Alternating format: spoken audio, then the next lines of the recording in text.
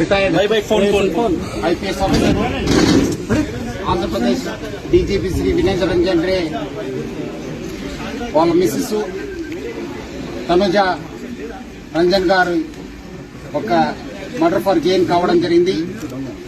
ఈ ఆఫెన్స్ తెల్లారుజామున 2 గంటల ఆయన చెప్పి మనం అందాజు చేయడం జరుగుతుంది. దొరికిన ఆధారాల పైన ఇది ఒక నేపాలీ గ్యాంగ్ పనిచేసిందని చెప్పి మనము ప్రాథమిక అంచనా తెలియడం జరిగింది. కొన్ని క్లూస్ దొరకడం జరిగింది. ఆ క్లూస్ ఆధారపైన పోలీస్ టీమ్స్ కూడా వర్కౌట్ కావడం జరుగుతుంది. సో ముఖ్యంగా ప్రజలందరూ కూడా కోరుతున్నాను, మీరందరూ కూడా మీ ఇంట్లో మనం చాలా గత ఒక 2 నెలల నుంచి ప్రజలందరూ కూడా అప్రమత్తం చేస్తున్నాం. ఈ నేపాలీ గ్యాంగ్స్ వల్ల అప్రమత్తం ఉండండి అని చెప్పి మన దగ్గర కాకుండా బెంగళూరు, బాంబే, పుణె దేశవ్యాప్తంగా చాలా చోట్ల కూడా ఈ ఒక నేపాలీ గ్యాంగ్ ప్రాపర్టీ ఆఫెన్స్ చేయడం జరుగుతుంది. ఇంట్లో ఎవరు లేనప్పుడు లేదంటే ఏదో ఫంక్షన్ వెళ్ళినప్పుడు ఇలాంటి నేరాలకి పాల్పడుతున్నారు. ఇక్కడ కూడా మన రిటైర్డ్ డీజీ గారు బయటికి వెళ్ళినప్పుడు వేరే ఊరికి వెళ్ళినప్పుడు ఈ ఒక ఆఫెన్స్ జరగడం జరిగింది. పిల్లలు పైన ఉండడము, మేడం కింద ఉండడంతో పైన ఉన్న పిల్లలకి తెలియలేదు.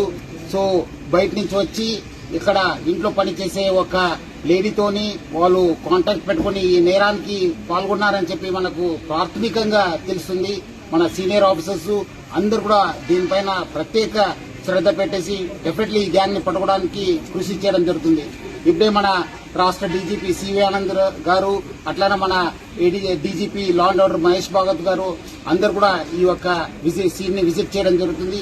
డెఫినెట్లీ ఈ కేసుని డిటెక్ట్ చేయడానికి మనము ప్రయత్నం చేయడం జరుగుతుంది. పబ్లిక్ ఎవరు కూడా ప్యానిక్ కావద్దు. మీ ఇంట్లో ఉన్న, ఎందుకంటే మార్నింగ్ కూడా చాలా మంది నాకు ఫోన్ చేశారు, మన ఇంట్లో నేపాలీస్ ఉన్నారు సార్, ఎట్లా సార్ అని చెప్పి. అందరు కూడా చెప్తున్నాను, వాళ్ళు 1 year 2 year అనేది మీరు పెట్టుకోవద్దు. మీరు డెఫినెట్లీ వాళ్ళపైన చాలా నిఘా పెట్టాలి. అట్లానే మీరు బయటకు వెళ్ళినప్పుడు మీరందరూ కూడా సేఫ్టీ మెజర్స్ తీసుకుని బయట వెళ్లాలని చెప్పి కోరుతున్నాను.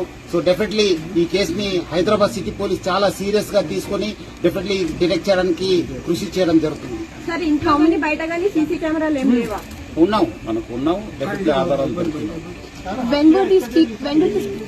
అంటే వాళ్ళు మేడం ని చేయి కట్టేసి నోట్లో గుడ్డ పెట్టేసి పెట్టడం జరిగింది. యూజువలీ అది ఒక మోడస్ ఆపరండి. ఇక్కడ అన్ఫార్చునేట్లీ మేడము ఆ ఒక సఫోకేషన్ వల్ల చనిపోవడం జరిగింది.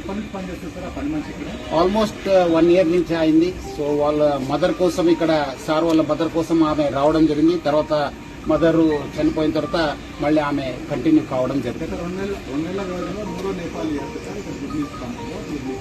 అందుకు నేను ప్రజలందరూ కూడా మనం ఇంటికి వెళ్లి ప్రచారం చేయడం జరుగుతుంది. నేపాలీస్ పట్ల మీరు అందరూ కూడా అప్రమత్తం ఉండాలి.